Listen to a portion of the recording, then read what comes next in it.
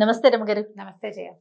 రమగారు, ఇవాళ నాకు ఎలాంటి స్టోరీ కావాలంటే, ఈ జన్మ ఇది అయిపోయింది, మళ్ళీ నెక్స్ట్ జన్మ పునర్జన్మలు దెయ్యాలు భూతాలు ఉండాలి కానీ ఎక్కువ ఉండకూడదు.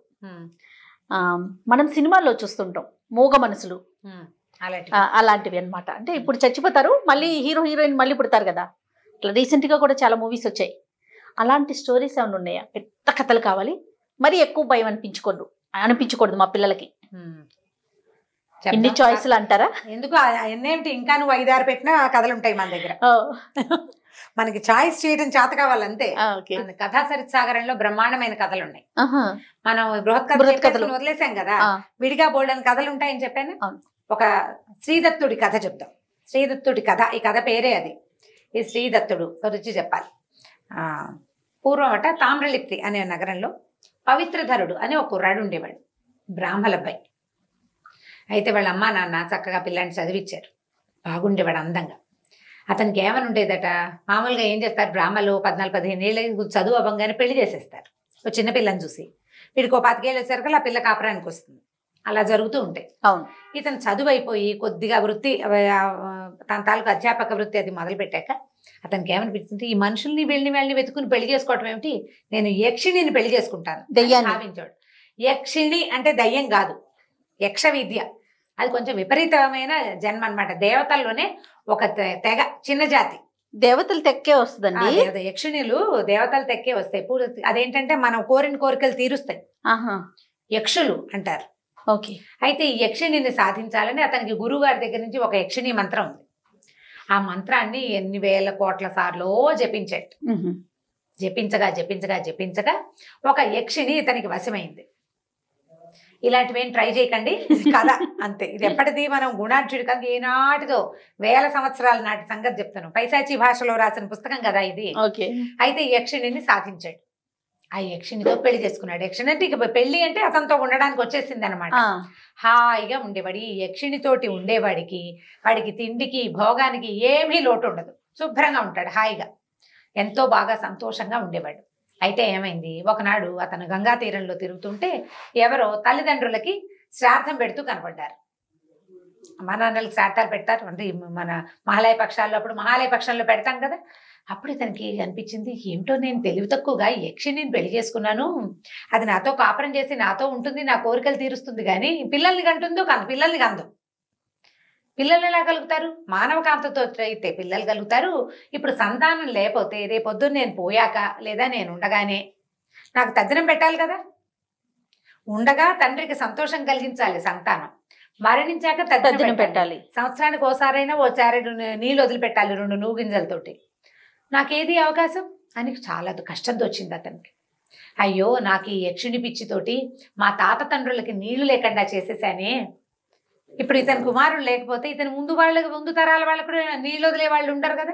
మా తాత మా తండ్రి గాల్లో వెళ్లాడుతూ ఉంటారు, పాపం పితృలోకాలను వాళ్ళు ఉద్ధరింపబడరని చాలా కష్టం వేసి దుఃఖం వచ్చింది.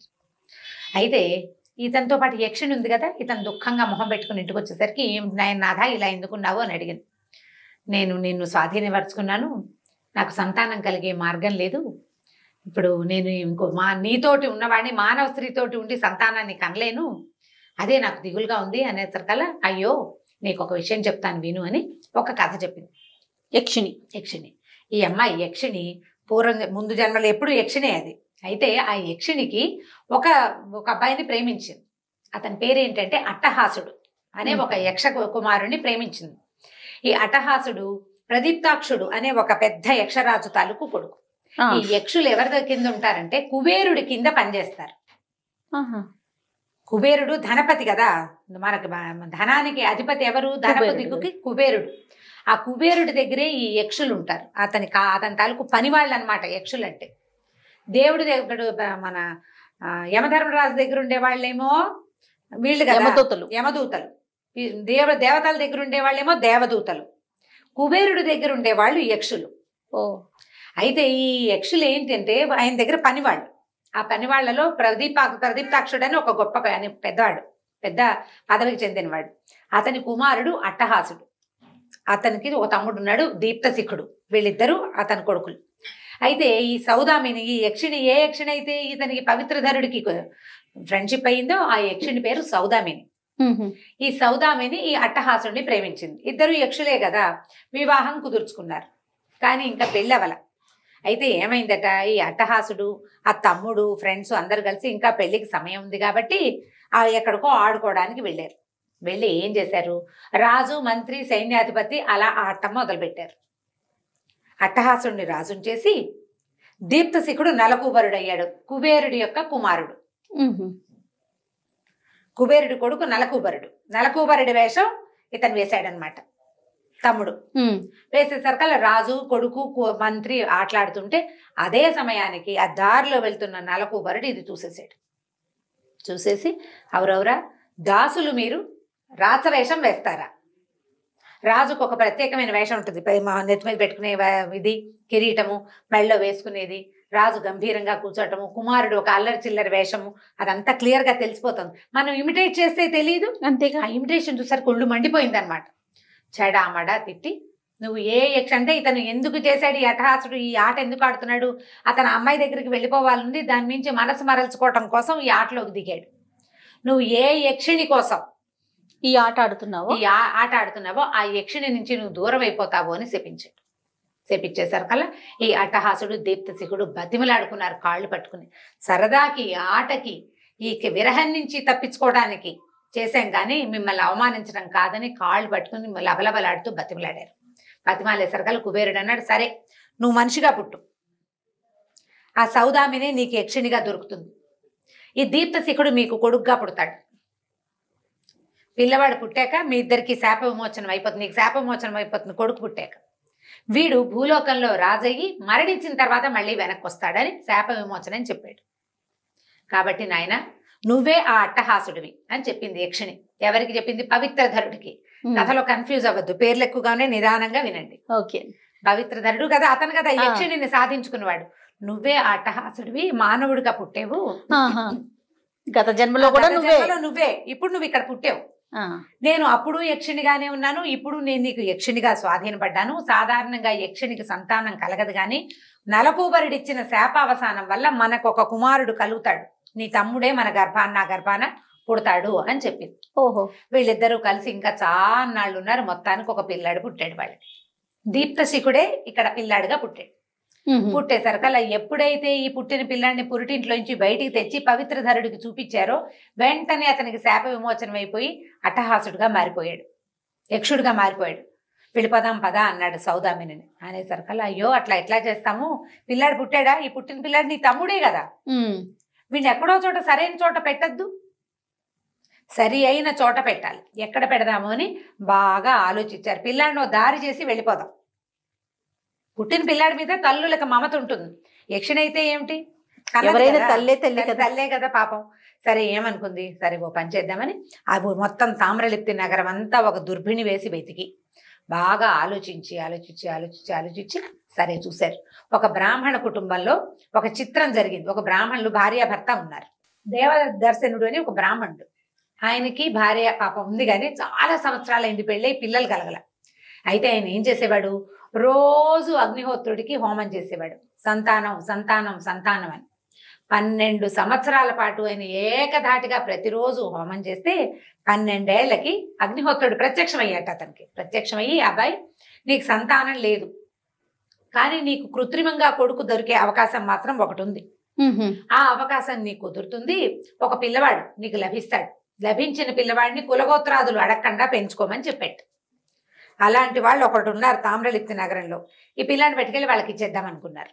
సరే ఏం చేశారు, ఒక బిందె నిండా బంగారం, మణులు, మాణిక్యాలు పోసారు, పోసి పెట్టుకున్నారు. ఈ పిల్లాడికి మెళ్ళలో ఒక మంచి రత్నహారం వేసి చంటి బిడ్డని ఆ బిందె మీద పడుకోబెట్టి తీసుకెళ్లి వాళ్ళ ఇంట్లో వదిలిపెట్టారు.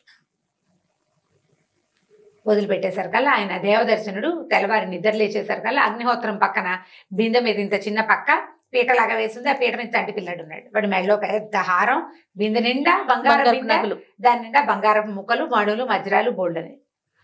అని ఆశ్చర్యపోయారు వాళ్ళు. అగ్నిహోత్రుడు చెప్పాడు, కృత్రిమంగా పిల్లాడు ఎక్కడి నుంచి వచ్చి పడ్డాడో తెలియదు, వీడు పైగా ఎలా వచ్చాడు, బంగారంతో సహా వచ్చాడు. శ్రీని చూపించాడని శ్రీదర్శనుడు అని పేరు పెట్టి ఆ పిల్లాన్ని వాళ్ళు పెంచుకున్నారు. వీడికి అప్పచెప్పి వీళ్ళు పిల్లాన్ని పొద్దున్నే తీసుకోగానే చేతిలో పెట్టుకోగానే ఇద్దరు మాయమైపోయారు వాళ్ళు. వీళ్ళిద్దరు, ఆ అట్టహాసుడు ఆవిడ సౌదామిని ఇద్దరు మాయమైపోయి యక్షలోకానికి వెళ్ళిపోయారు. ఈ శ్రీధరసురుడిని ఎంత బాగానో పెంచుకున్నారు వాళ్ళు. బోల్డ్ అంత సొమ్ములున్నాయి, వాళ్ళకి డబ్బు ఉంది. ఈ వచ్చిన బంగారం కూడా చిన్న బంగారం కాదు. సరే ఎంత బాగానో పెంచారు పెంచారు పెంచారు, బాగా పెద్దవాళ్ళు అయిపోయారు. వాళ్ళకి అప్పటికే ఎన్నేళ్ళో వయసు వచ్చాక కానీ ఈ పిల్లాడు దొరకల. వీడికి 18, 20, 22 సంవత్సరాలు వచ్చేసరికల్లా వాళ్ళ నాన్న, నేను తీర్థయాత్రలకు వెళ్తాను, పిల్లాడు ఎలాగో దొరికాడు, వీడే నాకు తద్దినం పెడతాడని ఆయన తీర్థయాత్రలకు వెళ్ళాడు. వెళ్ళిన తర్వాత కొంతకాలానికి అక్కడి నుంచి కబురు వచ్చింది ఆయన ఇక్కడ మరణించాడు. అయ్యో, మరి ఇంకా పాప మరణించాడు. పెద్దవాడు తీర్థయాత్రలకు వెళ్ళిన వాళ్ళు వెనక్కి వస్తారు.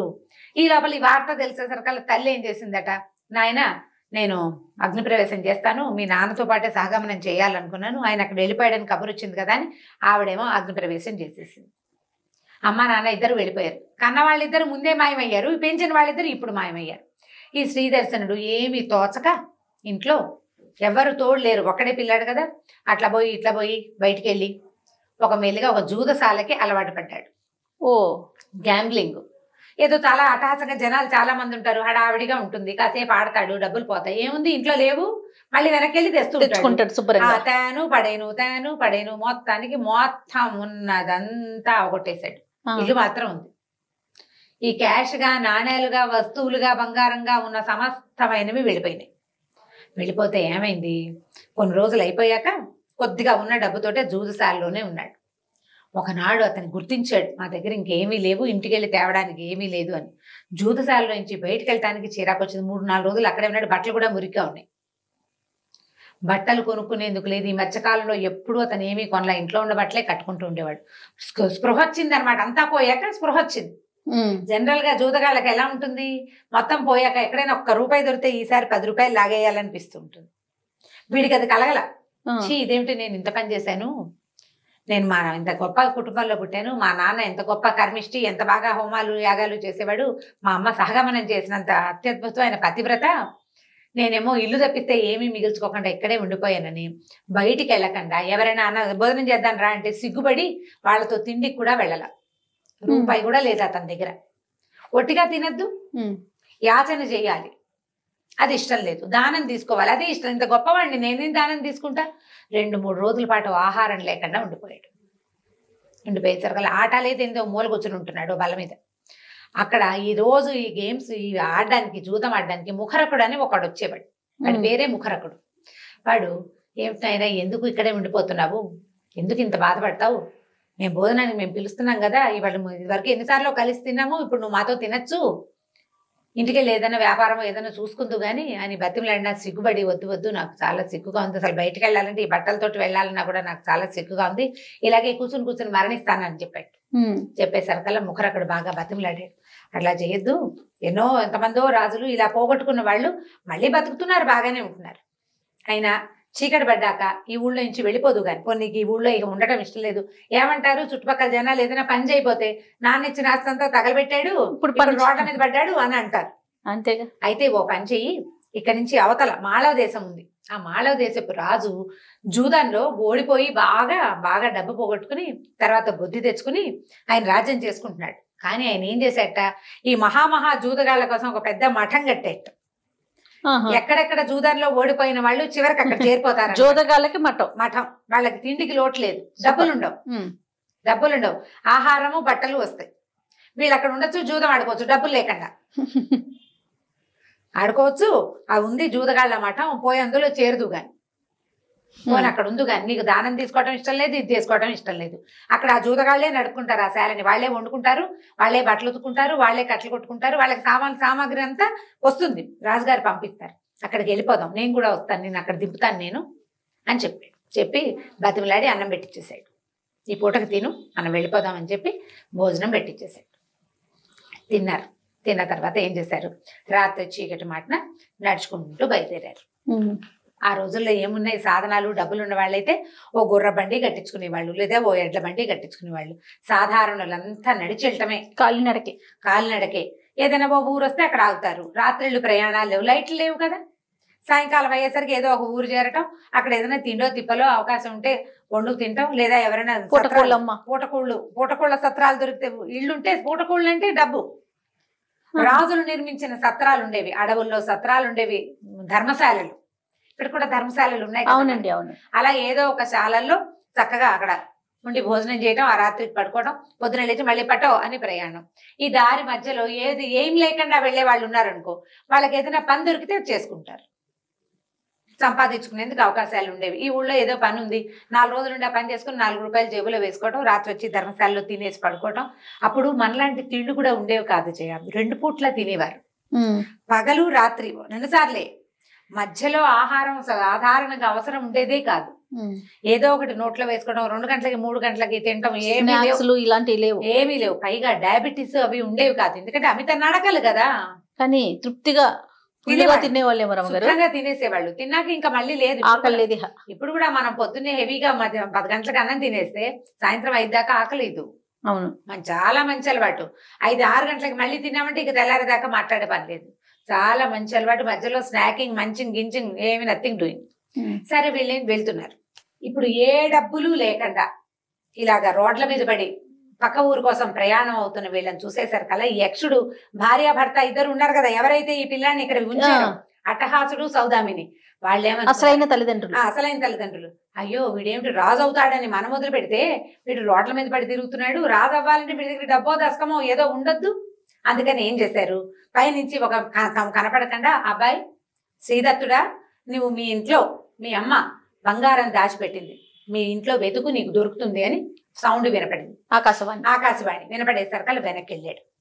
వెనక్కి ముఖరకుడు వీడు ఇద్దరు కలిసి వెనక్కి తమ ఇంట్లో వాళ్ళు చెప్పిన ప్లాన్ ప్రకారం ఏంటంటే దేవతా గృహం ఎక్కడుందో దాని కింద దేవతా గృహం జరిపి తవ్వి చూస్తే వాళ్ళ అమ్మ అంటే ఈ పిల్లాడి పెంపుడు తల్లి నగలు అవి దాచిపెట్టుకున్నారు. పూర్వకాలం అలా చేసేవాళ్ళు కదా, ఆ దాచిపెట్టుకున్న నగలు తవ్వుకున్నారు వీళ్ళు. అమ్మయ్య మనకి డబ్బులున్నాయి, ఇంకా భయం లేదు, ఈ ఊళ్ళో ఎందుకు ఉండాలి, మనం ఎలాగో మాలవ దేశం వెళ్ళదలుచుకున్నాం, అక్కడికి వెళ్ళి బతుకుతాం ఈ డబ్బులు పెట్టుకుని, ఈ నగలు పెట్టుకుని. ఈ నగలన్నీ మూట కట్టుకుని ఈ ముఖరకుడు శ్రీదత్తుడు ఇద్దరు బయలుదేరారు. ఈ నడిచి వెళ్తూ వాళ్ళు ఈ ఒక పల్లెటూరు చేరారనమాట. ఈ పల్లెటూరులో కూర్చున్నారు. కూర్చునేసరికి ఈ ఒక అమ్మాయి వస్తుంది దూరం నుంచి. ఎలా వచ్చే ముందంటే అది ఒక అడవి, పక్కనే ఊరు, ఒక పెద్ద చెరువు ఉంది. ఆ చెరువు దగ్గర ఆగారు. 3:30-4 గంటలు అయింది సమయం. ఈ రాత్రికి ఇక్కడే ఉండిపోదాము, ఏమైనా తిండి దొరుకుతుందేమో చూద్దాం, కాసేపు ఈ చెరువు బాగా నడిచి వచ్చాక ఏముంది, చెరువులో కాళ్ళు కడుక్కుని కాస్త మంచినీళ్ళ దాకా మొహం కడుక్కుంటే ఒక అరగంట రిలాక్స్ అయ్యి ఊళ్ళోకి వెళ్ళి సాయంకాలం తిండి ఏదైనా దొరికింది అనుకో తినేసి పడుకోవచ్చు, రేపొద్దున మళ్ళీ బయలుదేరచ్చు, ఏదైనా బండి దొరుకుతుందేమో ఈ ఊళ్ళో చూద్దాం అనుకున్నారు. అయితే దూరం నుంచి ఒక పిల్ల నడిచొస్తూ కనపడింది వీళ్ళకి. మహా అందమైన అమ్మాయి, కొంచెం సామంతాయిగా ఉంది, ఒక రంగు తక్కువ అమ్మాయి అన్నమాట. ఆ వస్తూ వీళ్ళని చూసేసరికల్లా, ఈ శ్రీ దర్శనుడిని చూసేసరికల్లా, అదే శ్రీదత్తుడు దర్శనుడు అటు ఇటు మారుస్తున్నాను పేర్లు నేను, అంతే అదే పేరు శ్రీదత్తుడు అనే జ్ఞాపకం నాకు. అయితే ఈ అబ్బాయిని చూసేసరికల్లా అమ్మాయి మైమర్చిపోయింది, ఎంత బాగున్నాడో అబ్బాయి అనుకుంది. ఒకళ్ళనొకళ్ళు మొహాలు చూసుకున్నారు. ఏమండి ఎందుకు ఇక్కడ కూర్చున్నారు అని అడిగింది. మేము మాళవ దేశం బయలుదేరాం అమ్మాయి, అందుకని ప్రయాణంలో ఆగాము, నువ్వెవరు అన్నారు. అనేసరికల్లా అమ్మాయి నా కష్టం ఏం చెప్పమన్నారండి, మీరు ఈ ఊరు దగ్గర ఆగారు, ఈ ఊరు అసలు మంచిది కాదు, ఇక్కడ ఒక బందిపోటు దొంగల స్థావరం ఉంది, ఈ బందిపోటు దొంగల తాలూకు పెద్దవాడు అంటే హెడ్ బ్రాహ్మడు, పేరుకే బ్రాహ్మడు, అతను ఎవరినైనా సరే దోచుకుంటాడు, ఎవరి దగ్గర నుంచి దోచుకుంటాడో వాళ్ళని చంపేస్తాడు, అతని నియమం అది, వదిలిపెట్టాడు, దోచుకుని వదిలేయడు, చంపేస్తాడు. బందిపోటు దొంగలు చంపేస్తారు, మన కథల్లో కూడా అలాంటివే కనపడతాయి. అయితే నేను మా నాన్న, మాది అవతల ఊరండి, నేను మా నాన్న, అమ్మ నాన్న, అన్నయ్య, నేను, మేము 4 కుటుంబంలో ఉండేవాళ్ళం. మా అన్నయ్య అమిత జూదం పిచ్చివాడికి ఇంట్లో ఉన్నవన్నీ అమ్మేసి జూదం ఆడేవాడు. అయితే ఒకనాడు మా నాన్న మా అన్నయ్యని బాగా దండించేసరికల్లా కోపం పట్టలేక మా అన్నయ్య ఇంట్లో నుంచి లేచిపోయాడు, ఎక్కడికో వెళ్ళిపోయాడు, కొంత సొమ్ము తీసుకుని పారిపోయాడు. మా అన్నయ్య లేక మా అమ్మ బెంగ పెట్టుకుని గుండె పగిలి చచ్చిపోయింది, నీళ్లు కొరి పెట్టే కొడుకు లేడని. ఇక మా నాన్న ఏమీ చేయలేక మా అన్నయ్యని వెతుకుతూ, మా అమ్మ ఆస్తులు చేత్తో పుచ్చుకుని మా అన్నయ్యని వెతుకుతూ చిన్నపిల్లని నన్ను వెంట పెట్టుకుని తిరగటం మొదలు పెట్టాడు. ఇవి 2-3 ఏళ్ళుగా మేము వెతుకుతూనే ఉన్నాము. ఆ సందట్లో ఈ ఊరు దగ్గరికి చేరేసరికి నేను అందంగా ఉన్నానని ఈ బందిపోటు నాయకుడు మా నాన్నని సంహరించి మా అమ్మ నగలన్నీ ఆయన దగ్గర ఉన్న సొమ్మంతా లాక్కుని నన్ను మాత్రం చంపలేదు, వాడికి కొడుకున్నాడు వసుభూతని, వాడికి ఇచ్చి నన్ను పెళ్లి చేయడం కోసం నన్ను బతికించి ఉంచాడు. నా పేరు పద్మిష్ట అని చెప్పింది. పద్మిష్ట అమ్మాయి పేరు, నా పేరు పద్మిష్ట, మా అన్నయ్య పేరు ముఖరకుడు అని చెప్పింది. వాడిక్కడే ఉన్నాడు. వీళ్ళు పరమ దుర్మార్గులు, మీ దగ్గర ఏమైనా ఉన్నాయా, మిమ్మల్ని చంపేశారే, మీరు పారిపోండి, ఇప్పుడే వెళ్ళిపోండి అనగానే ముఖర్ అక్కడ ఏడవటం మొదలుపెట్టాడు. అయ్యో నా తల్లి చచ్చిపోయిందా, అమ్మ నేనే మీ అన్నయ్య చెల్లెలు కాళ్ళు పట్టుకున్నాడు, నేనే జూదం మీద పిచ్చితోటి ఇంట్లో నుంచి అమ్మ సొమ్ములు తీసుకుని పారిపోయాను, ఎక్కడెక్కడో తిరిగాను, చివరికి నా వల్ల అమ్మ చచ్చిపోయింది, నాన్నేమో నన్ను వెతుకుతూ చచ్చిపోయాడు, చిన్నపిల్లవి నువ్వు వీళ్ళెవరికో దొరికిపోయావు, నేను ఇంత పొరపాటు చేశానని నన్ను క్షమించమని చెల్లెలు కాళ్ళు పట్టుకుని సోకాలు పెట్టి ఏడ్చాడు. ఏడ్చేశారు కల్లా పద్మిష్ట అంది, అయ్యో అన్నయ్య అన్నయ్య ఇద్దరు, అన్న చెల్లి ఇద్దరు ఒకళ్ళనొకళ్ళు కావలించుకుని ఏడ్చారు. ఆ పిల్ల 10 ఏళ్లది, వాడు పారిపోయే నాటికి. దానికి అంత బాగా గుర్తులేడు, మీసాలు గడ్డాలు వచ్చిన అన్నయ్యని అది గుర్తుపట్టలేకపోయింది అనమాట. అతను గుర్తుపెట్టాడు, చెల్లెలు మాట్లాడేసరికి తెలిసింది అతను. సరే ఇతను ఏమన్నాడు, అయితే ఓ పని చేద్దాం, ఇక్కడి నుంచి వెళ్ళి మనం తప్పించుకోలేం, మీ వాసన వచ్చిందో కుక్కలు వదిలిపెడతారు వాళ్ళు, కొత్తగా చేరిన మనుషుల్ని పరీక్షించకుండా వదలరు. అయితే ఓ పని చేద్దాము, ఎలాగైనా అంటే మన డబ్బు ఇచ్చేసి తప్పించుకుందాం, మన దగ్గర నగలు ఇచ్చేద్దాం, కానీ ప్రాణాలతో ఉండాలి, ఆ మార్గాన్ని ఆలోచిద్దాం. మన దగ్గర వాళ్ళు డబ్బులు తీసుకోవాలి, మనల్ని చంపకూడదు, ఏం చెయ్యాలి అని ఆలోచించి ఒక గొప్ప ప్లాన్ వేశారు వీళ్ళు. ఆ ప్లాన్ ఆఫ్ యాక్షన్ని ఇంప్లిమెంట్ చేయడానికి ఈ పద్మిష్టనే వాడుకున్నారనమాట. ఇతను ఈ రాజు అబ్బాయి ఉన్నాడు కదా శ్రీదత్తుడు, ఒక మూర్ఛ రోగిలాగా పడుకుండిపోయాడు. ఈ ముఖర్ అక్కడేమో ఏడవటం మొదలుపెట్టాడు పక్కన కూర్చొని. ఈ పద్మిష్ట చెరువులో నీళ్లు బిందె ముంచుకుని తీసుకుపోయి ఊళ్ళోకి వెళ్ళింది. వెళ్ళి అక్కడ ఎవరో ఒక మూర్ఛ వ్యాధో వచ్చిన ఒక ఆయన పడిపోయి ఉన్నాడు, పక్కన ఇంకొక ఆయన ఉన్నాడు ఏడుస్తున్నాడు. వాళ్ళు ఎవరో చూసిరండి అని ఊళ్ళో ఉప్పందించింది. వాళ్ళు పరిగెత్తుకుంటూ వచ్చారు. వచ్చేసరికల్లా నువ్వెవరు అని అడిగారు. ఈయన మా అన్నయ్య అండి, మేమేమో తీర్థయాత్రలకు బయలుదేరాము, ఈయనకి ఇక్కడికి వచ్చేసరికల్లా ముంచుకొచ్చేసింది, దర్భలు పరిచి నేను చచ్చిపోతున్నాను అన్నాడు, దర్భలు పరిచి పడుకోబెట్టానండి, మా అన్నయ్య పోతే నాకు దిక్కెవరండి, మా అన్నయ్య ఏమో ఇప్పుడు సంధి మాటలు మాట్లాడుతున్నాడండి, నాకు సహాయం చేయండి అన్నాడు. ఏం మాట్లాడుతున్నాడు అంటే, మా అన్నయ్య దగ్గర బోల్డ్ బంగారం ఉందండి, ఎవరికైనా సరే ఒక సద్బ్రాహ్మడికి దానం చేసి చచ్చిపోతానంటున్నాడు, ప్రాణం పోయే స్థితిలో ఉన్నాడు. ఆ పడుకున్న వాడేమో గుడ్లు తేలేస్తాడు, చేతులు పక్కకు పెట్టేస్తాడు, ఏముంది శవంలా పడుకోవడం సులువు, శవం అవడం కష్టం. గుడ్లు మిటకరిచి ఉన్నాయి అనమాట, కళ్ళు పైకి చూస్తున్నాడు, పళ్ళు గిటకరిచిపోయి ఉన్నాయి. ఏమిటి చూస్తే భయం వేస్తుంది వాడిని చూస్తుంటే, వేషం వేయటమే కదా. మరి సద్బ్రాహ్మణ్ని ఎవరైనా ఒక బ్రాహ్మణ్ణి తీసుకురండి, మా అన్నయ్య చచ్చిపోయేలాగా ఉన్నాడు, ఈయన చచ్చే లోపల ఆ బంగారం దానం చేసి ఆ సద్గతిని పొందుతాడండి, బాబాబు అన్నయ్య సహాయం చేయండి అని ఆ వచ్చిన దొంగ వేధవుల కాళ్ళు పట్టుకున్నాడు ముఖరకుడు.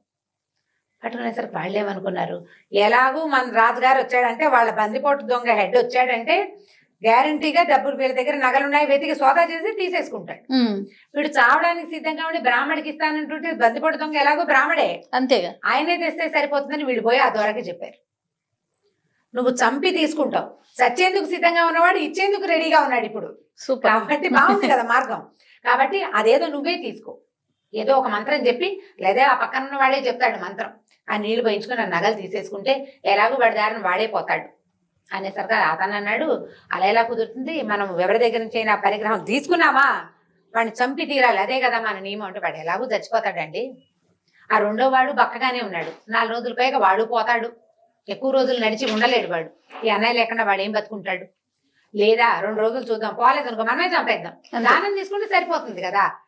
సరే బాగానే ఉంది. ఇప్పుడు దొంగ ఈ శ్రీదత్తుడి దగ్గర నుంచి దానం తీసుకోవడానికి వచ్చాడు. తర్వాత కదా వచ్చే భాగంలో చెప్పుకుందాం. ఓ బాగుంది రమ్మగారు, చాలా ఇంట్రెస్టింగ్ గా ఉంది స్టోరీ. ఇంకా బోల్డ్ అని భేదాలు కూడా వస్తాడు ఇందులో. ఓ 3 భాగాలు అవుతుంది. ఎక్కడి దాకా వచ్చారు, దొంగలకి బంగారం దానం చేద్దాం అనుకున్నాడు. ఎలా వేశాడు, ఏదో జబ్బు చేసిన వాడి లాంటి వేషం వేసేసాడు. సరే ఆ దొంగల నాయకుడు వచ్చాడు. దొంగల నాయకుడు వచ్చి చూస్తే ఒక స్పృహ లేని స్థితిలో, ఓపిక లేని ఒక వాడు పడిపోయి ఉన్నాడు, చచ్చేలాగా ఉన్నాడు. సరే అతనికి ఏం చేశారు వీళ్ళు, ఈ ముఖరకుడు సాంగంగా చక్కగా ఈ శ్రీదర్శనుడి తల్లి బంగారం తెచ్చుకున్నారు కదా, పెంచిన తల్లి తాలూకు బంగారం అంతా తెచ్చారు, బంగారం దానం చేశారు. వీళ్ళ దగ్గర ఏం లేదు, ఇంకా ఆ బంగారాన్ని చక్కగా దానం చేయించి వాళ్ళు దొంగలంతా ఇంటికి వెళ్ళిపోయారు. హాయిగా సంతోషించారు, ఎలాగో వీడు రేపొద్దున చచ్చిపోతాడు, అసలు హత్య చేయకుండా మనకు బంగారం వచ్చేసిందని సంతోషించి వెళ్ళిపోయారు.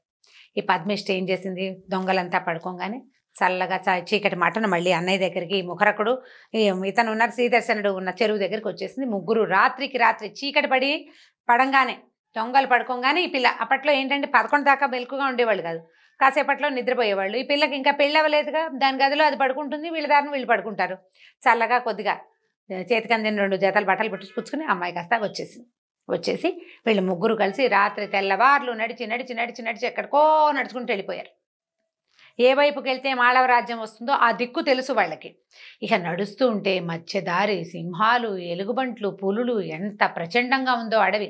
ఆగితే దొంగలు పట్టేస్తారు, ఆగకూడదు, చస్తే చచ్చాం, ఏదైనా సరే అని చెప్పి ఇక అట్లా నడుచుకుంటూ వెళ్ళిపోయారు. వెళ్ళిపోతే మర్నాడు బాగా ఈ అడవంతా దాటేసి ఇంకా వాళ్ళకి మనం చిక్కము అని నిశ్చయించుకునేదాకా నడిచారు. మర్నాడు ఏదో అడవిలో అక్కడ ఇక్కడ కాయ కసరు తిన్నారు. ఆ రోజు సాయంత్రం దాకా నడిచారు. ఎంత నడిస్తే మాత్రం అడవులు తరుగుతాయి, ఏదో నీళ్లు కనపడే చోట కాసిన మంచినీళ్ళు తాగటం, ఏదైనా చిన్న 2 పళ్ళో కాయలో దుంపలో ఏమైనా కనపడితే అవి పీక్కుని తింటాం, నడవటం. బ్రాహ్మలు వీళ్ళు ఏదైనా జంతువుని కాల్చుకుని తినే రకాలు కావు, ఏవో పీక్కుని తినాలి వాటిని వీటిని. ఆ రోజు రాత్రికి, అంటే ఈ రోజు రాత్రి బయలుదేరారు, మర్నాటు రాత్రి ఒక చీకటి పడేసరికి ఒక చోటికి చేరారు వీళ్ళు. అడవిలో దూరంగా ఏదో మండుతున్నట్టు కనపడుతోంది. మండుతుంటాడు కనిపించేసరికల్లా ఈ శ్రీదర్శనుడు అన్నాడు, వీళ్ళిద్దరూ కొంచెం ఓపిక తక్కువ వాళ్ళు. ఈ శ్రీదర్శనుడు పెంపుడు తండ్రి దగ్గర ఉన్నప్పుడు శాస్త్ర విద్యలతో పాటు అస్త్ర విద్యలు కూడా నేర్చుకున్నాడు. అతనికి అస్త్రం శస్త్రం వాడడం, కత్తి డాలు అన్నీ బాగా వచ్చు, బాగా నేర్చుకున్నాడు పిల్లాడు. పైగా ఈ యక్షుడి పుటక కదా, దానివల్ల అతనికి సహజంగానే కొంత ప్రతాపం, శౌర్యం ఉన్నాయి. ఏమన్నాడు, అన్నా చెల్లి మీరిద్దరూ రెస్ట్ తీసుకోండి కాసేపు, నేను పోయి అక్కడ ఏదైనా ఉందేమో, ఏదైనా ఊరుందా, ఏదైనా నెగ్గడు మండుతుందేమో చూసొస్తానన్నాడు. తీరా దగ్గరికి వెళ్ళేసరికల్లా అదొక రత్న మండపం, రత్నాలతో చేసిన ఒక పెద్ద బిల్డింగ్ లాంటిది ఉందన్నమాట, పెద్ద మండపం లాగా ఉంది. అక్కడ ఒక యక్షిణి, ఒక ఆవిడ కాళ్ళు చాపుకుని పడుకున్నది, ఒక హంసతూలిక తల్పం మీద పడుకుంది. ఇట్లా ఒక పక్కకి తల కింద చేయి పెట్టుకుని ఏదో ఎవరో పాటలు నాట్యం చేస్తుంటే అవి చూస్తోంది. ఆవిడికి బోళ్ళంతమంది యక్షులు అక్కడ సేవిస్తున్నారు. యక్షులు అంటే ఇదేంటంటే జాతి ఒక రకమైన భూతాల లాంటివి అనమాట. ఇవి శవాలని తినే రకాల లక్షణాలు ఉంటాయి వాటిల్లో. రాత్రిపూట వాటికి అవి వస్తాయి.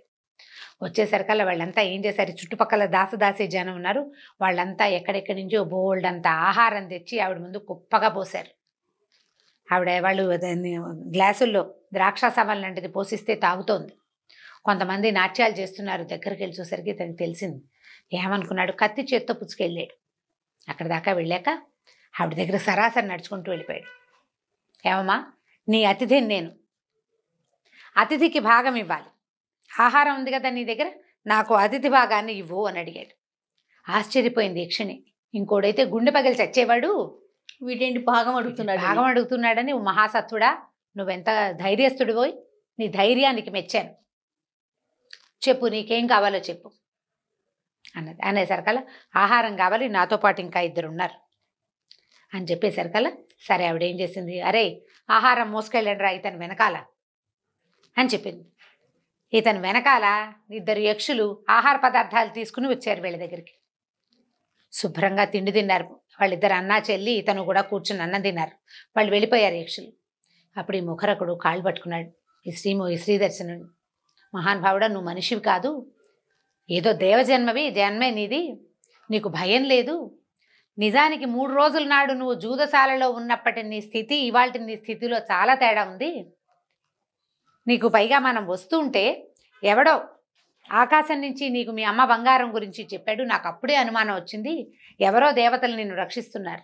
నీకు ఇంత ధైర్యం ఉండటానికి కారణం అదే. ఇగో నా చెల్లెలు అతులోక సౌందర్యవతి, ఈ అమ్మాయిని పెళ్లి చేసుకో, నన్ను నీతో అట్ట పెట్టుకో, నువ్వు ఏ పని చేయమన్నా ఆ పని చేస్తాను, నీలాంటి వాడి అండన ఉండటమే నాకు కావాలని కాళ్ళు పట్టుకుని ప్రార్థించాడు. ఈయన కూడా సంతోషం వేసింది. అతనికి అమ్మాయి నచ్చింది. ఆ పిల్ల ఇతని మీద కొంచెం మనసు పడే మొదటే చెప్పుకున్నాం కదా. సరే ఏమన్నాడు, ముందు ఇక్కడి నుంచి వెళ్ళిపోదాము, ఏదైనా ఒక సరైన చోటుకి చేరి కాస్త మనకి సంపాదనకి మార్గాలు ఏర్పరచుకున్నాక ఈ పిల్లని నేను పెళ్లి చేసుకుంటాను అని చెప్పాడు.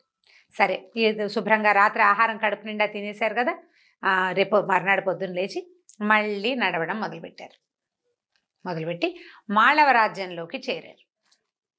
చేరి ఏం చేశారు, ఒక ముసలి మామగారు ఒక ఆవిడ నడుపుతున్న పూటకేటు ఇంట్లోకి వెళ్ళారు. పూటకోటింటికి లోపలికి వెళ్ళారు. వీళ్ళ దగ్గర ముఖరకుడి దగ్గర కొద్దిగా డబ్బులు కొంచెం ఉన్నాయి, ఎక్కువ లేవు, ఉంది. తర్వాత ఏమో అమ్మాయి పద్మిష్ట దగ్గర కూడా కొద్దిపాటి వరహాలు ఉన్నాయి. సరే అక్కడ ఉండేసరికల్లా ఆవిడ ఏమంది, వీళ్ళని చూడంగానే ఆవిడ గొప్ప సంతోషం వచ్చింది. ఇతను మంచి తేజోవంతంగా కనపడుతున్నాడు, కత్తి గిత్తి ఉంది, పిల్ల సౌందర్యవతిగా పిల్ల, బ్రాహ్మడిగా ఓ 2వ కుర్రాడు కనపడుతుంటే, నాయన నువ్వు చాలా చక్కగా ఉన్నావు, మా ఈ రాజ్యంలో చాలా గొప్ప సమస్యలో ఉంది ఈ రాజ్యం, నువ్వేమైనా చేయగలవా అని అడిగింది. విషయం చెప్పు, చెప్తామన్నారు. ఏం చెప్పింది, ఈ మాళవరాజు శ్రీసేనుడు ఈ శ్రీసేనుడికి ఒక నా భర్తని చాలా గౌరవించేవాడు, ఆయన బతుకున్న నాళ్ళు ఆయన్ని బాగా చూసుకున్నాడు, తర్వాత ఆయన మరణించాక కూడా నాకు ఆహారానికి లోటు లేదు, ఆయన పంపిస్తూనే ఉంటాడు. అయితే ఆయనకి ఒక యక్ష్మ వ్యాధి ఒకటి వచ్చింది, విచిత్రమైన వ్యాధి, అది తగ్గటల, మందులకి మంత్రాలకి మాకులకి దేనికి తగ్గల. అయితే ఆయన దగ్గర ఒక మంత్రవాది చేరాడు. వాడు ఏమన్నాడంటే, భేతాళుడు గనక మనకి ప్రత్యక్షమైతే ఈ వ్యాధి కుదురుతుంది, కానీ భేతాళుడిని ప్రత్యక్షం చేసుకోవటానికి నాకు మంత్రం వచ్చు కానీ శక్తి లేదు. ఓహో. ఎవడైనా ఒక శక్తివంతుడైన కుర్రవాడిని గనక పట్టుకుంటే, ఒక మగవాడు దొరికితే వాడి సహాయంతో నేను భేతాళుడిని సాధిస్తా, భేతాళుడిని గనక సాధిస్తే ఈ వ్యాధి పోతుందంటున్నాడు. రాజు ఊరంతా టమకేయించాడు. ఎవరైనా శక్తిశాలుడు భేతాళుడిని సాధించగలిగే సమర్థులు ఎవరైనా ఉంటే మంత్రవాది సహాయంతో చెయ్యొచ్చు అని. ఎవరు మాట్లాడలే. సరే, ఆయన ఏమనుకున్నాడు, ఆయన ఏం చేశాడు, ఈ మాళవరాజు గురించి ఒక విచిత్రమైన విషయం చెప్పుకున్నాం, జూదగాళ్లకు ఒక మఠం కట్టించాడని. ఈయన ఏమన్నాడు, జూదగాళ్ల మఠానికి వెళ్ళండి, జూదగాళ్ళు ఏమిటి, వాళ్ళకి ఇల్లు బాకిలి ఏమి ఉండవు, ఆటే, ఇంకా రెండోది ఉండదు, యోగులు లాంటి వాళ్ళు, జీవితం మీద ఏం ఆసక్తి లేదు వాళ్ళకి, ఇల్లు బాకిలి పెళ్ళాం పిల్లలు ఏమో ఒకళ్ళ ఆట ఉంటే చాలు. తాగుబోతులు కూడా అంతే కదా జయ, తాగుబోతులు కూడా అంతే, వాళ్ళకి ఇల్లు వద్దు, వాకిలొద్దు, పెళ్ళాం వద్దు, పిల్లలు, ఏ బాధ్యత వద్దు, 10 రూపాయలు దొరికితే తాగేస్తారు. ఇప్పుడు జనరల్గా కాస్త మంది అలవాటు ఉన్న వాళ్ళందరినీ తాగుబోతులు అంటే ఏమో బుద్ధి స్థిరం తప్పితే తాగుబోతులే అంతే. ఇప్పుడు తాగని వాడెవడు అని ఒక డైలాగ్ వాడుతూ ఉంటారు. ఏముంది, కాస్త తాగితే ఆ మాత్రం ఎవరైనా తాగుతారు లాంటివి మాట్లాడుతూ ఉంటారు. ఈ తాగుబోతులు ఏమవుతారు, చివరికి ఇలా అవుతారు. జూదరులకి ఏమీ ఉండదు, వాళ్ళు చెట్టు కిందకు ఎక్కడో చోట కాస్త నీడ దొరికితే చాలు అక్కడ కూర్చొని పేకాడుకుంటూ ఉంటారు. వాళ్ళకి కదా జీవితేచ్ఛ ఏముండదు, ఆట ఒకటే. అలాంటి వాళ్ళల్లో ఎవరినైనా ఒకటి పట్టుకురండి, వాడు ఈ భేతాళుడికి ఈ పని చేయడానికి సహాయపడతాడని రాజు ఆజ్ఞించాడు. నాకు రాజును రక్షిస్తేనే నేను బతుకుతాను నాయన, మీరు నాకు పైస ఇవ్వద్దు, అన్నం పెడతా మీరు ఉన్నన్నాళ్ళు, ఈ రాజుకి ఏమైనా సహాయం చేయగలవేమో చూడు నాయన, నీ ముఖవర్చస్సు చూస్తే నాకు కడుపులో ఒక సంతోషంగా ఉంది, ఇంత సాహసంగా ఉండే వాళ్ళని ఎవరిని చూడలేదు నేను ఈ మధ్యకాలంలో అని అడిగింది. సరే, ఇతను ఆలోచించుకున్నాడు. అలాగే సరేనన్నాడు. సరే అవ్వ, ఈ పూటకి భోజనం పెట్టి నన్ను తీసుకెళ్లి రాజుకు పరిచయం చేయన్నాడు. సరే, భోజనాలు చేశారు. ఈ పద్మిష్ట ముఖరకుడు సత్రంలోనే ఉండిపోయారు, ఆ పూటకోళ్ళమ్మ బాపనమ్మ గారింట్లోనే. ఆ ముసలావిడ ఈ కుర్రాన్ని వెంట పెట్టుకుని రాజు దగ్గరికి తీసుకెళ్ళింది. తీసుకెళ్తే వీడు మంచి బట్టలు గిట్టలు చక్కగా ధగధగలాడుతూ, పెద్ద పొడుగాటి సమున్నతాకారుడు, మొహం చూస్తే తలతల్లాడుతోంది, వాడి యక్షజన్మ వాడి ముఖంలో కనపడుతోందనమాట. రాజు కొంచెం సంతోషం వచ్చింది. అబ్బో, వీడెవడో సెక్సాలి ఉన్నాడు, కత్తి గిత్తు బ్రహ్మాండంగా ఉంది వీడి దగ్గర అనుకున్నాడు. ఈవిడేం చెప్పిందంటే, వీడు జూదరి, ఫలానా తామ్రలిప్తి నగరం నుంచి మన ఊరు జూదగృహంలో ఈ దాంట్లో సత్రంలో మఠంలో ఉండడానికి వచ్చాడు, అమిత బలవంతుడు, తెంపరివాడు, నీకు సహాయం చేస్తానంటున్నాడు, ఇతన్ని ఉపయోగించుకోమని నాకు తెలుసు వీడని చెప్పింది. ఈయన ఏం చెప్పాడు, మామూలు వాళ్ళొద్దు, జూదగృహం నుంచి తెమ్మన్నాడు, ఆ మఠం నుంచి, వీడు మఠంలో ఉండడానికే వచ్చాడు కాబట్టి ఓకే అనుకున్నారు. అప్పుడు ఆ మంత్రవాదిని పిలిపించారు. సరే, నేను భేతాళుడిని ప్రత్యక్షం చేసుకోవడానికి తీసుకురావడానికి నాకు అభ్యంతరం లేదన్నాడు. ఇప్పుడు భేతాళుడిని తేవటం అంటే ఏమిటి, ఎక్కడో డెడ్ బాడీని తీసుకురావాలి, అది పాయింట్. అక్కడి నుంచి మంత్రవాది ఏమన్నాడు, బాబు ఒక 4 రోజులు రెస్ట్ తీసుకో, కృష్ణ చతుర్దశి అంటే అమావాస్య ముందు రోజున ఈ ఊరికి అవతల వైపున ఉన్న శ్మశానం ఒకటి ఉంది, నేను అంటే కోట గీట ఊరు అంతా దాటేశాక పెద్ద శ్మశానం ఉంది, అందులో చాలా మర్రి చెట్లు ఉన్నాయి, నేను అక్కడ ఉంటా, రాత్రి భోజనం చేసి నువ్వు శ్మశానానికి వచ్చే కత్తిపుచ్చుకుని అని చెప్పాడు. ఓ 4-5 రోజులు ఆ పట్టణంలో వింతలు విడ్డూరాలు. రాజుగారి గెస్ట్ ఇప్పుడు రాజుకి ఏదో సహాయం చేయబోతున్నాడు కదా, అంచేత ఏం చేశారు, బాగా ఈయనకి రాజోపచారాలు జరిపారు. ఈ పద్మిష్ట ముఖరకుణ్ణి కూడా మంచి ఇంట్లోకి తీసుకొచ్చి పెట్టుకున్నారు, అతనితో పాటు ఉన్నారు కదా.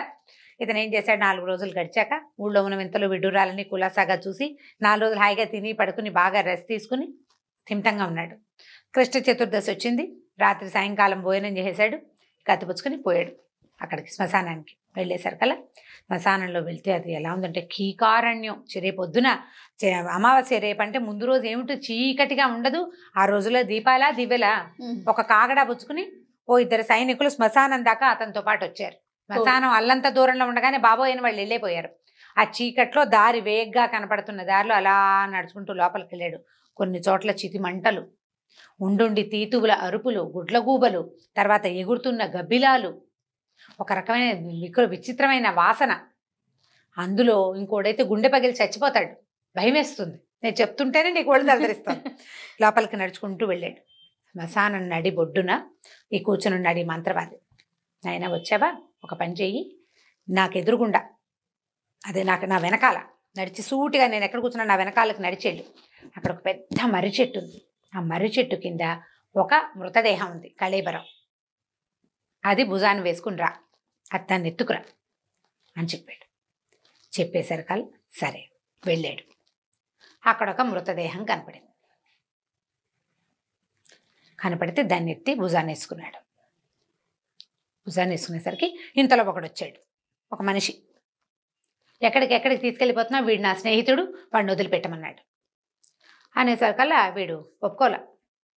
నీ స్నేహితుడు అంటే వీడు నాకు స్నేహితుడు, నా స్నేహితుడు వీడు, నాకు కావాల్సిందే అనేసరికల్లా సరే ముందు వెనక ఆడుతున్నారు. అయితే ఎప్పుడైతే ఈ మృతదేహాల్లోకి భేతాళుడు ఆవహిస్తాడట దాన్ని, కథల ప్రకారం అప్పటికే భేతాళావిష్టం అయిపోయింది ఆ శరీరంలోకి. దానికి అంత్యక్రియలు కనుక జరగబోతే భేతాళుడు ఆవహిస్తాడు ఆ లోపల. అక్కడి నుంచి మృతదేహం ఏం చేసింది, వీళ్ళు భుజాన్ని వేసుకున్నవాడు గట్టిగా అరుస్తోంది, సౌండ్ వస్తుంది, గుర్రని శబ్దం వస్తుంది అనమాట లోపల నుంచి. వాడు లాక్కోపోయాడు ఆ ఫ్రెండ్, వీడు నా మిత్రుడు చనిపోయాడు, నేనేమి ఇంకా అంత్యక్రియలు చేయడానికి డబ్బులు లేక ప్రయత్నం చేయలేకపోయాను, ఇప్పుడు నువ్వు మృతదేహాన్ని ఎందుకు తీసుకెళ్ళిపోతావు అని అరిచర్చి కేకలు పెట్టారు. ఇద్దరు లాగి పీకి చేశారు, లాక్కున్నారు ఒకళ్ళ చేతిలో నుంచి ఒకళ్ళు. ఈ లాక్కునేసరికల్లా ఇంతలో ఏమైంది, ఈ భేతాళావిష్టంగా ఉన్నాడు కదా, ఈ శవం కాస్త, ఈ డెడ్ బాడీ కాస్త వెళ్ళి ఆ స్నేహితుడిని మెడబట్టేసుకుంది. వాడు మరణించాడు. వాడిలోకి కూడా భేతాళుడు వచ్చేసాడు, ఆ మృతదేహంలోకి కూడా. ఇప్పుడు ఇది వాడు కూడా ఇది నాది శరీరం, ఇది నాకు కావాల్సిందేనంటాడు. అయితే ఏమన్నాడు ఈ శ్రీదర్శనుడు, వీడిని అడుగుదాం, ఎవరో ఒకళ్ళని అడగాలి, వీడిని అడుగుదాం, వీడి మృతదేహం కాబట్టి వీడు మాట్లాడు, అక్కడ మంత్రవాది ఉన్నాడు, తీసుకెళ్ళి అక్కడ అడుగుదాం అనేసరికల్లా ఈ వెనకాల ఈ భుజం మీద ఉన్న శవం, నేను చెప్తాను, నాకెవరు ఆహారం ఇస్తారో, ఎవరు నాకు ఆహారం ఇస్తారో నేను వాడితోటి వస్తాను అని చెప్పింది. భేతాళుడికి ఆహారం కావాలనేసరికల్లా ఎదురుకుండా ఉన్నవాడు ఆల్రెడీ మరణించాడు, వీడిని తీసుకెళ్ళాలంటే ఎట్లా? అయితే వెనక్కి వీడేం చేశాడంటే శ్రీదర్శనుడు, అయితే ఇప్పుడు నీ స్నేహితుడు నన్ను చెప్తున్నాడు కదా, కావాలంటే వాడిని భుజించున్నాడు, వాడిని ఎప్పుడో తీసేసుకున్నాను నేనని చెప్పాడు. వాడిని నేను ఎప్పుడో తీసేసుకున్నా, వాడు చచ్చిపోయాడు, వాడు కాదు, నాకు ఆహారం ఇస్తేనే నేను నీతోటి వస్తానంటే ఈ శ్రీదత్తుడు ఏం చేశాడు, భుజాన్ని వేసుకుని కుడి చేతితోటి ఎడం చేతిని ముక్కలు చేసి ఒక్కొక్క ముక్క అందించడం మొదలుపెట్టాడు. ఎలాగైనా అక్కడికి వెళ్ళాలి, వీడిని వదలకూడదు, ఈ డెడ్ బాడీని వదిలిపెట్టకూడదు. ఈ చెయ్యి ముక్క ఇక్కడ దాకా భుజం దాకా తెగిపోయే కానీ ఈ భేతాళుడు, ఒరిని నీకు మహాసత్వుడా, నీకు ఎంత బలం ఉంది, ఎంత ధైర్యం ఉంది, చెయ్యి నరికి నాకు అందిస్తున్నావు నువ్వు, అయితే ఒక పని చెయ్యి, నువ్వు నచ్చావు నాకు, మంత్రవాదున్నాడే వాడొట్టి పిరిగ్గొడ్డు, వాడికి శక్తి లేదు, నాకు ఆహారం కావాలి, నిన్నెందుకు చెప్పాడంటే వాడు నువ్వు అక్కడికి నన్ను తీసుకెళ్ళంగానే ఈ మహాసత్వంగా ఉన్నవాడిని నాకు బలిచ్చి నా నుంచి వచ్చే శక్తిని వాడు తీసుకెళ్తాడు రాజు దగ్గరికి, అందుకనే జూదశాల నుంచి తెప్పించమని రాజుకు చెప్పాడు. ఏ పోరు పొక్కు లేని మనివాడు ఒకడు వస్తాడని, వాడు నీకంటే బలహీనుడు, నేను వాడిని లాగేసుకుంటా, నువ్వు జాగ్రత్తగా ఉండు అని చెప్పేశాడు. భేతాళుడు వీడి పట్ల వశమైపోయాడు అనమాట, ఎత్తుకున్న వాడికి. ఈ శ్రీదర్శనుడు ఏం చేశాడు, ఈ బాడీని తీసుకెళ్ళి అక్కడ పెట్టాడు. ఆ మంత్రవాది ఆశ్చర్యపోయాడు, అమ్మో వీడు సామాన్యుడు కాదనుకుని దానికి ఏవో చాలా క్రియలు ఉన్నాయి, ఆ క్రియల ప్రకారం ఈ డెడ్ బాడీని పడుకోబెట్టి దాని మీద కూర్చొని దాని నోట్లో ఆవాలు పోసాడు. అక్కడి నుంచి హోమం చేయటం మొదలుపెట్టాడు. ఈ హోమం మొదలు పెట్టేసరికి దాని నోరు తెరిచి నోట్లో వేస్తున్నాడు. పెద్ద మంట వచ్చింది, రావటం ఆ మంట రావటం ఏమిటి, ఈ కూర్చున్నాడు కదా ఈ మంత్రవాది, వాడిని ఇట్లా పట్టేసి ఇవన్నీ లోపలికి లాగేసింది. క్షణంలో ఈ బాడీ మీద కూర్చున్న మంత్రవాది దాని బొట్టలోకి వెళ్ళిపోయాడు, లోపలికి వెళ్ళేసరికి ఇవి లేస్తున్న అగ్ని జ్వాల ఒకటి పైకి వస్తుంది కదా, అది ఇట్లా ఆకారంలో ఒక భూతపు ఆకారంలో కనపడడం మొదలెట్టింది. శ్రీదర్శనుడా, నువ్వు గెలిచావు, ఈ మంత్రవాదిని నేను ఆహారంగా తీసేసుకున్నాను, నా నోట్లో ఆవాలు ఉన్నాయి, ఈ మంట ఆరిపోగానే ఆవాలు తీసుకుని రాజు దగ్గరికి వెళ్ళు, ఈ ఆవాలని రాజుకి తలకి చేతికి కట్టించు, 3 రోజుల్లో అతని వ్యాధి తగ్గిపోతుంది. ఇంకోటి ఏం చేస్తాడు, ఇది పట్టుకెళ్ళిపోతాడు. వీడు తెలివైన వాడు శ్రీదర్శనుడు, అయినా కూడా వీడు జూదం ఆడాడు చూడు. వాడేమన్నాడంటే, అలా ఎలా కుదురుతుంది, మేమిద్దరం కలిసి వచ్చాం, మంత్రవాది ఇక్కడ ఉన్నాడు, నేను వచ్చా, ఇప్పుడు నేను మంత్రవాదిని చంపేసి నీ దగ్గర నుంచి తీసుకొచ్చానని రాజు అంటే నేనేం చేయాలి? నన్ను నమ్మద్దు వాళ్ళు, నేను దేశదిమ్మరిని. ఎలా నమ్ముతారు? నన్ను బంధిస్తే నాతో పాటు ఉన్న ఇద్దరు ఏమవుతారు? దానికి ఉపాయం చెప్పమన్నాడు. ఏం పర్వాలా, నేను వెళ్ళిపోయాక ఈ బాడీ ఇక్కడే ఉంటుంది, కావాలంటే ఈ బాడీ చీరు చూసుకోమను, మంత్రవాది ఇందులో ఉంటాడు. మింగేసింది ఎవరిది? డెడ్ బాడీ కదా అని చెప్పాడు. చెప్పంగానే ఇతను ఏం చేశాడు, ఆ మంట ఆరిపోగానే ఆ నోట్లోంచి ఇన్ని ఆవాలు ముందు పోసాడు మంత్రవాది. అవి కాలవు, దాని మంత్రం శక్తి అనమాట. అవి చెత్తపుచ్చుకున్నాడు, వెళ్ళిపోయి పడుకున్నాడు. రాత్రి వాడు గుండెకాయ ఇంకోటైతే హడిని చచ్చిపోతాడు. పోయి పడుకుని తెల్లవారు లేచి రాజు దగ్గరికి వెళ్ళి జరిగింది చెప్పాడు. కావాలంటే మనం అక్కడ శ్మశానానికి వెళ్దాం, అక్కడ ఏం జరిగిందో చూద్దురు కానీ అంటే అక్కడ ఉన్న డెడ్ బాడీని చీరి చూస్తే అందులో మంత్రవాది తాలూకు శరీరం కనపడింది వాళ్ళకి. సరే, ఈ శ్రీదర్శనుడిని నమ్మి నిజం అనుకుని వెంటనే అతను తెచ్చిన ఆవాలని ఒక 2 మూటలుగా కట్టి, ఒకటి తలకు కట్టారు, రెండోది చేతికి కట్టారు. 3 రోజుల్లో ఆయనకి 3 సంవత్సరాలుగా ఉన్న జబ్బు కుదిరిపోయింది, జబ్బు తగ్గిపోయింది. యక్ష్మ వ్యాధి అంటారు, అదేమిటో మనకు తెలియదు, దాని పేరు అది చెప్పారు. అక్కడి నుంచి జబ్బు తగ్గిపోగానే ఈయన ఏమన్నాడు, రాజుగారికి చాలా సంతోషం వచ్చేసింది. ఆయనకి పిల్లలు లేరు, అందుకని ఈ శ్రీదర్శనుడిని యువరాజుగా చేసుకున్నాడు. ఎవరి వల్ల అయితే తన ప్రాణాలు కాపాడాయో వాడు మహాసత్వుడు, మహాబలవంతుడు, మహాధైర్యవంతుడు. రాజ్యానికి రాజు కావాల్సిన వాడికి కావాల్సిన లక్షణాలు అవే కదా. సాహసికుడుగా ఉండాలి. విక్రమార్కుడు అంత సాహసం ఉంది ఇతనికి. అటు పెట్టుకున్నాడు. అక్కడి నుంచి పద్మిష్టనిచ్చి పెళ్లి చేశారు.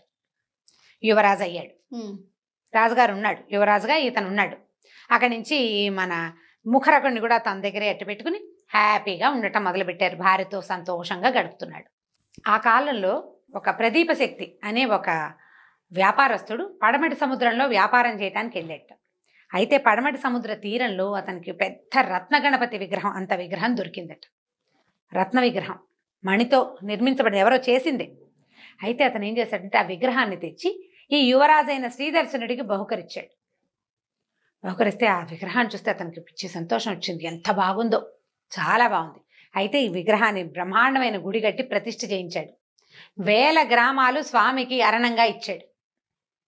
మరి మాన్యాలు గుడికి మాన్యం ఏర్పాటు చేస్తారు కదా, ఎన్నో ఉత్సవాలు జరిపించేవాట. అయితే ఇన్ని ఉత్సవాలు చేసి ఎప్పుడూ ప్రతిరోజు ఆ గణపతిని దర్శనం చేసేవాడు. అప్పుడు గణనాయకుడైన గణపతి విఘ్నేశ్వరుడు తన గణాలతోటి ఏం చెప్పాడంటే, వీడు చాలా భక్తుడు, భవిష్యత్తులో భూమండలానికి రాజు కాదగినవాడు. అయితే నా భక్తురాలు ఒక పిల్ల ఉంది, అదెవరు? ఇక్కడికి చాలా దూరంలో ఉన్న హంసద్వీపంలో ఉండే అనంగోదయుడి కూతురు అనంగ మంజరి అమ్మాయి పేరు. ఆ అమ్మాయిని వీడికి ఇచ్చి వివాహం చేయాలి. వీడు నా భక్తుడు, అమ్మాయి నా భక్తురాలు, వీళ్ళిద్దరికీ వివాహం చేయాలి, ఏర్పాటు చేయండి అని చెప్పాడు గణపతి. చెబితే ఈ యువరాజు పద్మిష్ట ఇద్దరు నిద్రపోతున్నారు. శ్రీదర్శనుడు పద్మిష్ట నిద్రపోతుంటే ఈ శ్రీదర్శనుడిని రాత్రి నిద్రలోనే తీసుకెళ్ళి ఆ అనంగ మంజరి మంచం మీద పడుకోబెట్టేశారు. గణ సేవకులు, గణపతి దగ్గర ఉండే సేవకులు అనమాట, గణ సేవకులు అంటారు. వాళ్ళు తీసుకెళ్ళి పడుకోబెట్టేశారు. ఆ అమ్మాయి నిద్రలో పక్కకి తిరిగి చూసుకుంది, వీడెవడో కనపడుతున్నాడు. చూస్తే చాలా అందంగా ఉన్నాడు, ఆయన ఎవరో తెలియదు. నిద్ర లేపింది, బాబు మీరు ఎవరండి అని. ఒకళ్ళనొకళ్ళు చూసుకుంటే అమ్మాయి అందంగా ఉంది, అబ్బాయి అందంగా ఉన్నాడు. ఇది అవునా కాదా, కళా నిజమా తెలుసుకోవడానికి ఏం చేశారంటే ఒకళ్ళ నగలు ఒకళ్ళు మార్చుకున్నారు. వీళ్ళు అతను వెళ్ళింది ఎక్కడ, అతను ఉన్నది ఎక్కడ? ఈ మాళవదేశంలో ఉన్నాడు. ఈ హంసద్వీపం కొన్ని 1000 మైళ్ళ అవతల ఎక్కడో సముద్ర మధ్యలో ఉంటుంది. అక్కడికి మామూలుగా వెళ్ళటం కుదరదు. కలలోనే వెళ్ళానని భావించి ఇది నేను స్వప్నంలో ఉన్నానని, ఈ స్వప్నం అవునో కాదో తెలుసుకోవడం మనం గిల్లి చూసుకుంటాం కదా, అట్లా ఏం చేశారంటే ఒకళ్ళ నగలు ఒకళ్ళు మార్చుకున్నారు. స్త్రీల ఆభరణాలకి పురుషుల ఆభరణాలకి తేడా ఉంటుంది. ఈ ఆభరణాలు ధరించిన తర్వాత వీళ్ళిద్దరు ఏమనుకున్నారంటే గాంధర్వ విధిని వివాహం చేసుకుందాం అనుకున్నారు. అంతలో ఈ గణసేవకులు ఉన్నారు కదా, ఇక్కడ వచ్చే ఎవరైతే సైన్యం ఇతన్ని ఇక్కడికి మార్చారో వెంటనే ఒక నిద్రని కల్పించి ఆ వనంగ మంజరిని అక్కడ వదిలిపెట్టేసి వీడిని మళ్ళీ తీసుకొచ్చి శ్రీదర్శనుడి తీసుకొచ్చి భార్య పక్కన పడుకోబెట్టేశారు. ఒక్కటే మోహపరిచారం, నిద్రపుచ్చేసి తీసుకొచ్చేశారు. భగవంతుడి సేవకులు చేయగలరేని పని ఏం లేదు. ఇది జరిగిపోయింది. జరిగేసరికి మెలకు వచ్చి చూసుకున్నాడు, ఇంట్లోనే ఉన్నాడు, పక్కన భార్య ఉంది.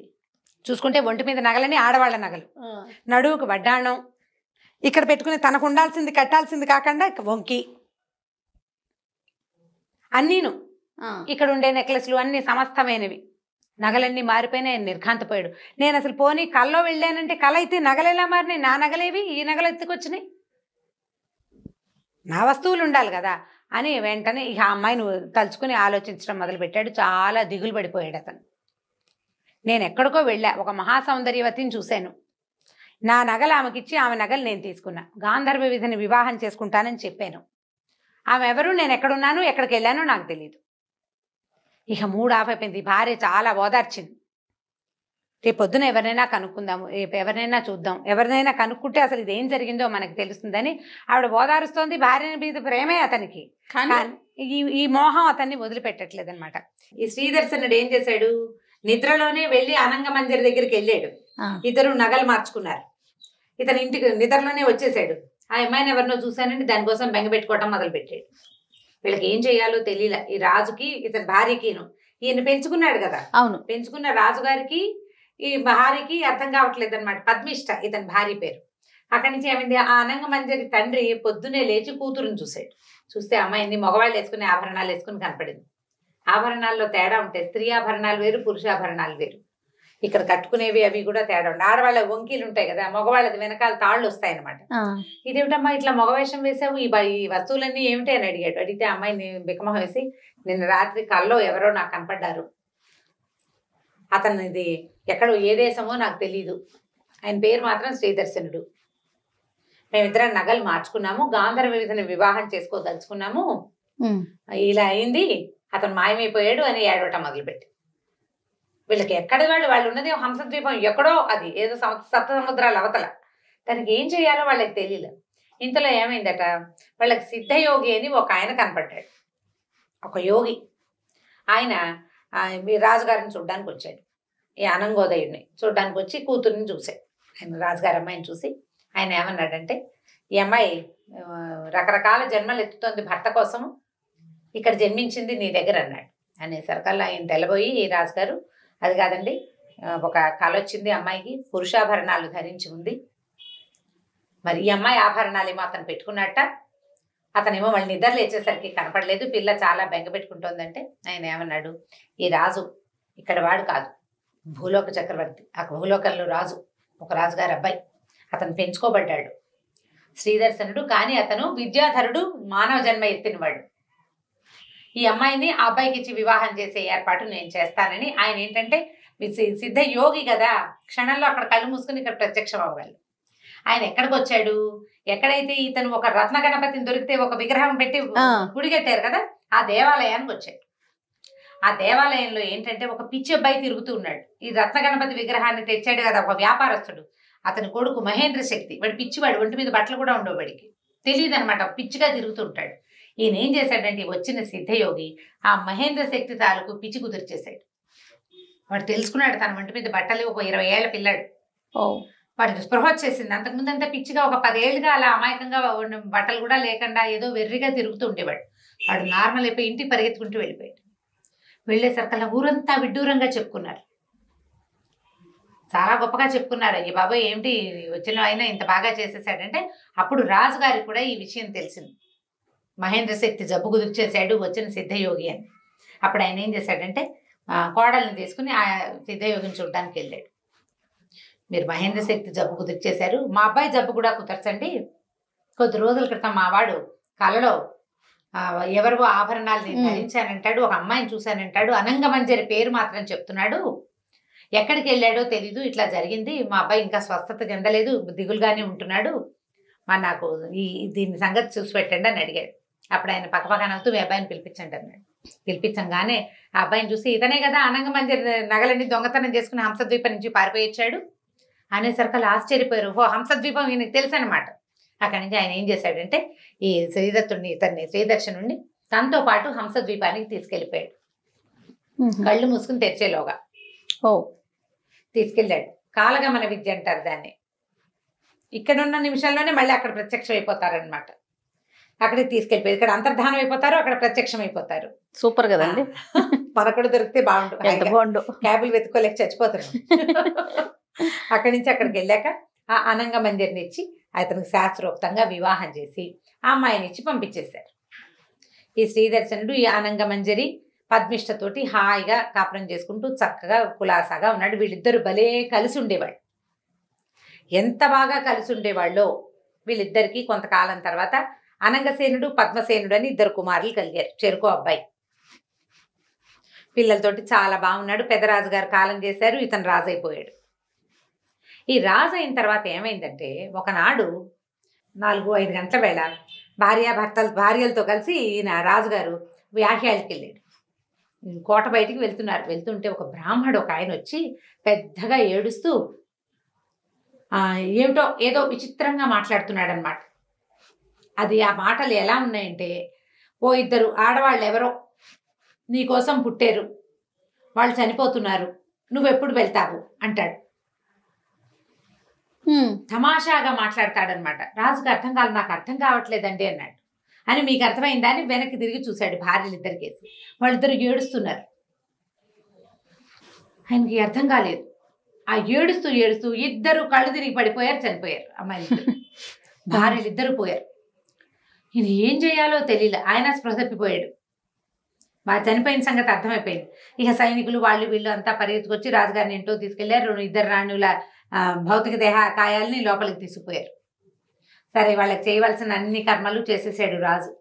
చేసిన తర్వాత భార్యలు లేక ఉండలేకపోయేవాడట. అతను ఉండలేక ఒకనాడు అట్లా వ్యాహ్యాలకి బయలుదేరి అలా నడుచుకుంటూ వెళ్ళేసరికల్లా ఒక శ్మశానం పక్క నుంచి వెళ్ళేట బయటికి. అంటే తిరుగుతుంటే ఆ శ్మశానానికి ఒక పెడగా ఒక పెద్ద చెట్టు ఉంది. మామిడి చెట్టు, చింత చెట్టు లాగా కనపడుతోంది. ఆ చెట్టు కింద నుంచి ఓ ఇద్దరు ఆడవాళ్ళు వచ్చారట బయటికి. చక్కగా ఉన్నారు. వాళ్ళు వచ్చి, రండి ఇక్కడ విశ్రాంతి తీసుకుందరుగా నన్ను పిలిస్తే, ఈయన ఏదో ధోరణిగా ఉన్నాడు. వెళ్ళాడు వాళ్ళతోటి. వెళ్ళేసరికల్లా కూర్చోబెట్టారు. ఏదో మంచినీళ్ళు తాగడానికి ఇచ్చారు. కాస్త సుగంధంగా వాసన వచ్చే మంచి ద్రవ్యం ఒకటి ఇచ్చారు తాగడానికి. ఎవరు మీరు అన్నాడు. అనేసరికల్లా వీళ్ళు ఏం చెప్పారంటే ఒక పాత కథ చెప్పారు, ఒక పునర్జన్మ కథ. పూర్వం కాశీనగరంలో కమలగర్భుడు అని ఒక బ్రాహ్మణుడు ఉండేవాడు. ఆయనకి ద్యుతి బల అని ఇద్దరు భార్యలు ఉండేవాళ్ళు. ఇద్దరు భార్యలు. వాళ్ళిద్దరూ ఎంతో ప్రేమగా ఉండేవారు. అయితే వీళ్ళకి సంతానం కలగలేదు. ఆయన రోజు హోమం చేసేవాడు. హోమం చేసినప్పుడు ఆ హోమంలో ఈ భార్యలు ఆయన ఏం దండం పెట్టుకునేవాళ్ళు అంటే, వచ్చే జన్మ కూడా మేము ఇలాగే భార్యాభర్తలుగా జన్మించాలని కోరుకునేవాళ్ళు. ఆ భార్యలిద్దరే తనకు కావాలని వాళ్ళు భర్తతోటే తమిద్దరము అతనితో ఉండాలని కోరుకునేవాళ్ళు. చాలా కాలం తర్వాత సంతానం లేకే మరణించారు వాళ్ళు. ఈ మరణించిన కమలగర్భుడు ఎవరిలాగా పుట్టాడు? దీప్తశిఖుడు అనే విద్యాధర యువకుడుగా పుట్టాడు. ఓహో. ఈ అమ్మాయిలిద్దరు, ఇతని భార్యలిద్దరు జ్యోతిర్లేఖ, ధూమలేఖ అని ఇద్దరు అమ్మాయిలుగా ఇంకొక విద్యాధర కుటుంబంలో పుట్టారు. చాలా కాలం తర్వాత వాళ్ళు తెలుసుకున్నారు, తమిద్దరం మొదటి జన్మించామని ఇట్లా, కానీ తమకి భర్తగా ఉండవలసిన వాడు ఇలా దీప్తశిఖుడుగా పుట్టాడు అని.